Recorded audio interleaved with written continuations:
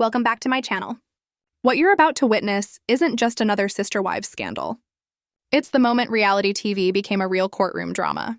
Kody Brown straightened his suit coat, eyes flickering as a hush rolled through the Flagstaff courthouse. Every camera lens turned toward him. Every breath hung suspended, waiting for the next word. Outside, chants echoed through the chilly Arizona air. Fans, reporters, helicopters circling like vultures. But inside, silence thick enough to choke on. Then came the words that shattered it all. Kody Brown, you've been served. At sunrise, a quiet agent had dropped a thick envelope on his porch.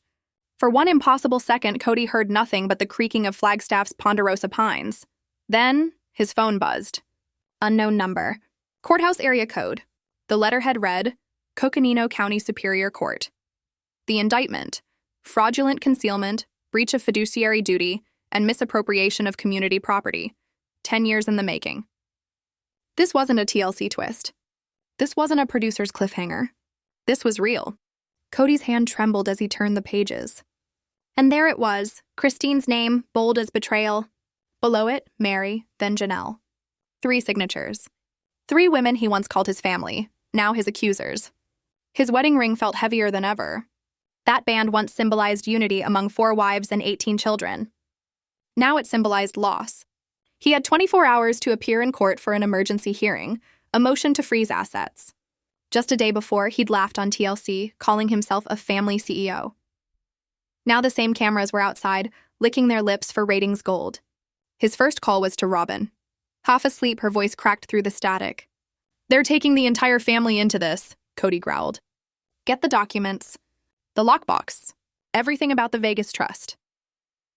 Hidden behind craft supplies, wrapped in a faded Disney princess blanket, that lockbox was about to become Exhibit A.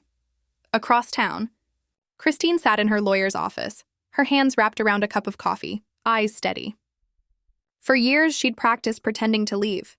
But facing Kody in court, that was something else entirely. Her attorney slid a thick binder across the desk, marked Exhibit A. Inside, photocopies of a 2014 ledger, $870,000 in TLC payments. Money meant for all the wives, but quietly funneled into the Vegas trust.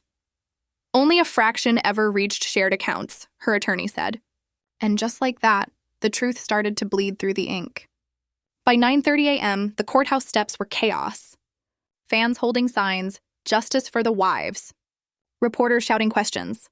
Cameras flashing like lightning against the courthouse glass. Inside, Kody's high-powered attorney whispered, "Judges despise swagger. Keep it humble." Courtroom 5C smelled like varnish and tension. Kody sat across from Christine, Janelle, and Mary, 3 women whose silence cut sharper than any accusation. Judge Ortega entered, firm, unflinching. "This hearing concerns the potential diversion of marital assets," she declared. Then the storm began. Christine's lawyer rose first. On the screen, a $250,000 TLC check appeared, signed over to Kody W. Brown, trustee. Christine's voice trembled. "He told us it was for taxes. I found out at a bank counter." Then came Janelle. She had requested business funds, and Kody told her the money was tied up in Coyote Pass. But records showed wire transfers to an account under Kodiak Management LLC. Kody's signature, and Kody's alone. "I had to borrow from my 401k while he paid for private security," Janelle said, her voice breaking. The crowd gasped. Finally, Mary took the stand. "I begged him to co-sign a refinancing," she said softly. "He said we were broke." Her voice cracked. Days later, the Vegas Trust bought him a 1967 Mustang. The judge's face hardened. "Mr. Brown," she said, "show me where your wives gave informed consent." Kody's lawyer fumbled through binders. Figures didn't match. Explanations crumbled. Then, and the door opened, Robyn entered, clutching that lockbox like a relic of guilt. Inside were property deeds, 2 USB drives, and a small leather notebook, handwritten by Kody. The cover read, "Family Equity, Private." When the judge opened it, the room gasped. Every TLC payment, every hidden transfer, every secret distribution, 80% to trust, 10% to taxes, 5% to production gifts, 5% to Missy. The so-called production gifts were ATVs, luxury condos, ski passes. The courtroom went dead silent. "Did your wives know about this, Mr. Brown?" Judge Ortega asked. Kody tried to speak, but no sound came. That silence said it all. By 2 p.m., her ruling came down like thunder. The Vegas Trust, frozen. All accounts frozen. All transactions above $1,000, under joint supervision. And a fraud investigation opened. The cameras flashed as marshals escorted him out the side door. Christine exhaled for the first time all day. Janelle's hand brushed Mary's back. Outside, thunder rolled over the red rocks of Flagstaff. Kody tried one last spin for the cameras. This is all a misunderstanding. But the storm drowned him out. That day, the story stopped belonging to TLC. It belonged to public record. And tomorrow, the trial would resume. But tonight, millions would rewatch every frame, every gasp, every ledger line, replaying the day the Brown family empire finally faced the truth. Because when secrets reach the courtroom, the gavel doesn't just fall, it echoes. The gavel doesn't just fall, it echoes. What happened next inside that Flagstaff courtroom silenced everyone, even the press. The prosecutor's voice cut through the echo of shuffled papers. Mrs. Brown, did Kody leverage that fear to make you move the funds? Robyn's lips trembled. Her eyes filled. Yes, she whispered. He said the wives would blame me if the money just disappeared. So I complied. That one confession shattered weeks of Kody's defense. Fear, not love, had moved the money. Because fear travels faster than truth. And in an empire built on family, it outruns trust every time. Defense attorney Grant Wallace rose slowly, realigning silver cufflinks that glittered under the fluorescence. Objection, he snapped. Leading. Judge Ortega nodded. Sustained. Restate, Miss Quinn. But the damage was already done. The jury had heard the crack. Wallace tried to steady control, stepping closer to Robyn. Mrs. Brown, he began smoothly, you adore your husband, don't you? Yes, she whispered. And you do anything for your family? Yes. He smiled faintly at the jury, charming, confident, rehearsed. Then isn't it true that Kody Brown has always put family safety above all else? That transferring funds was simply precautionary? Objection, Quinn cut in sharply. Calls for conclusion. Sustained, Ortega said. Wallace changed tactics. Did you personally profit from those trust funds for anything beyond reasonable living expenses? Robyn hesitated. But before she could answer, Quinn raised her wrist like a hammer. Bam! A new document exploded onto the courtroom screen. A notarized deed for a Sedona timeshare, purchased outright last April in Robyn's name. The gallery gasped. Wallace froze. Your Honor, sidebar. He barked, face white. The judge granted it, but the public had already made up its mind. At the bench, Kody leaned over Wallace, voice low but venomous. You said they'd never find that, he hissed. His knuckles tapped the table like a war drum. Sweat carved trails down his temple. When the hearing resumed, Wallace's cross-examination had lost its fire. He tried to paint the money transfers as family strategy, but every time he spoke, Quinn slammed back with receipts, voice memos, and digital timestamps. Robyn's loyalty began to crumble in real time, tears turning to silence, silence turning to resignation. Because in court, loyalty has a scent, and once blood hits the floor, everyone smells it.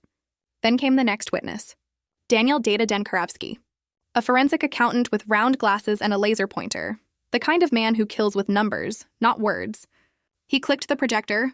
A timeline appeared, 2015 to 2025. Green lines, TLC payments. Red lines, withdrawals to Kodiak Management LLC. Yellow dots, luxury purchases.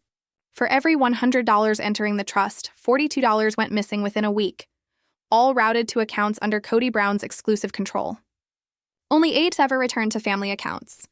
It was a financial autopsy, and the body was still warm. Kody fidgeted. Wallace objected to speculative intent. Overruled, Ortega said calmly. Numbers speak. 2 alternate jurors scribbled furiously. Online. Livestream viewers exploded. Worse than Enron. Kody Brown, worse Ponzi Brown. The second hour brought the killing blow, Exhibit G, a security camera clip from a Flagstaff bank. Kody wearing sunglasses and a down jacket, wheeling 2 duffel bags after closing a safety deposit box. The timestamp matched a $75,000 withdrawal from the Vegas Trust.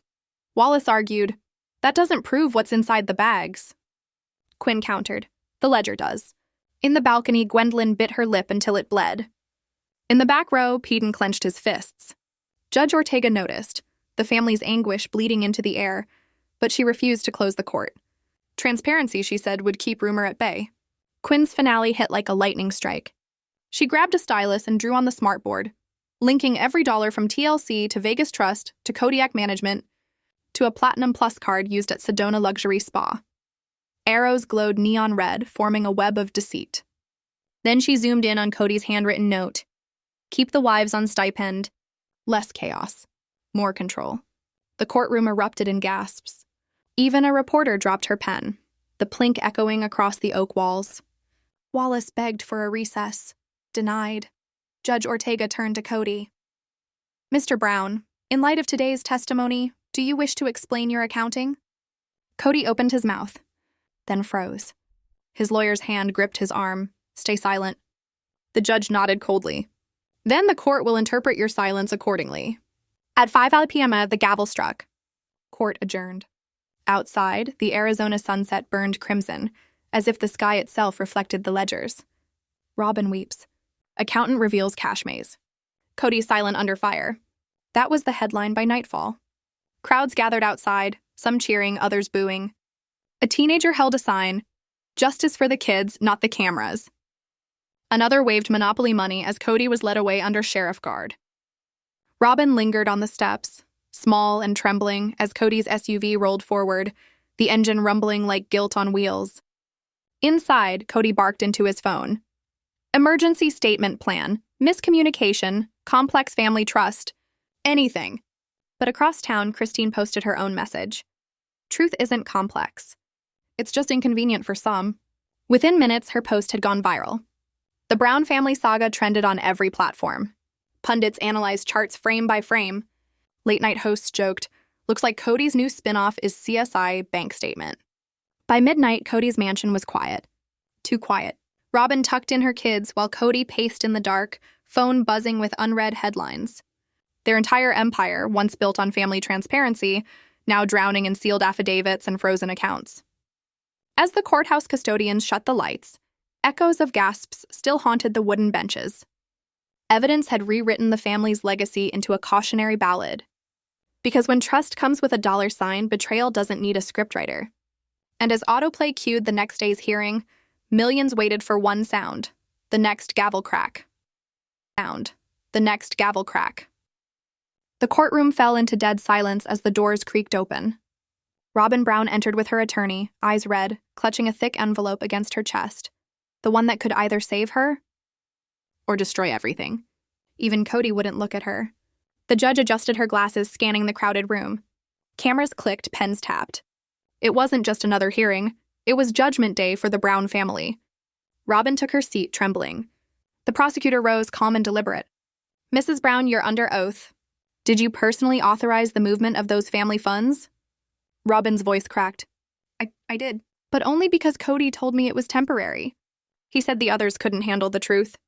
Gasps spread through the courtroom like a storm. Kody's jaw locked. He leaned toward his lawyer, whispering something sharp, something only the microphones could barely catch. She wasn't supposed to say that. The judge's gavel slammed once. Order!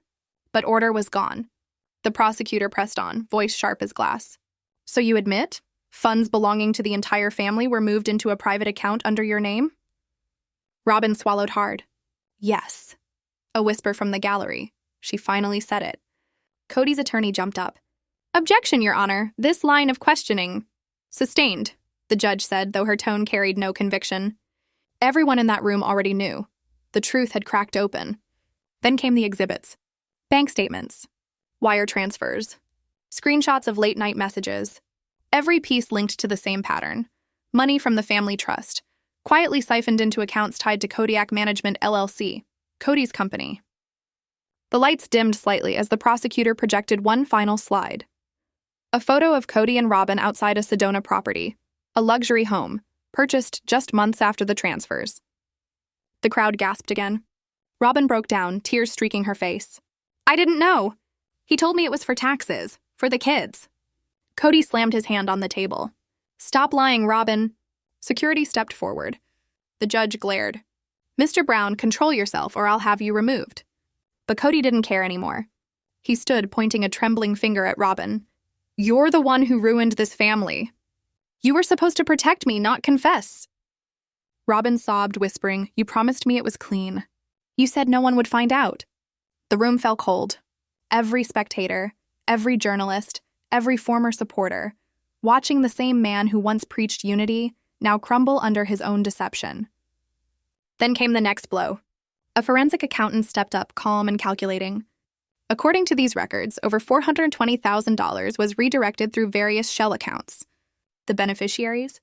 Kody Brown and Robyn Brown exclusively. Not 1 cent went back to Janelle, Christine, or Mary. The prosecutor nodded.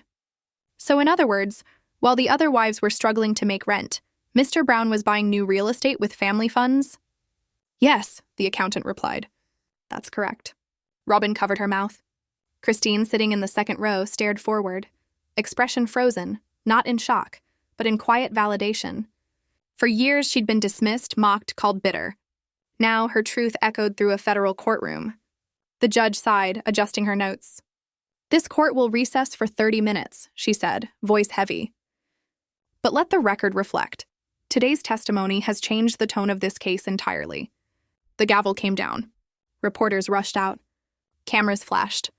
Kody sat motionless, eyes blank, face pale, as Robyn collapsed beside him, whispering, "What have we done?" He didn't answer, because deep down he already knew. The empire he built on secrecy and manipulation was finally cracking open. And this time, no editing room at TLC could save him.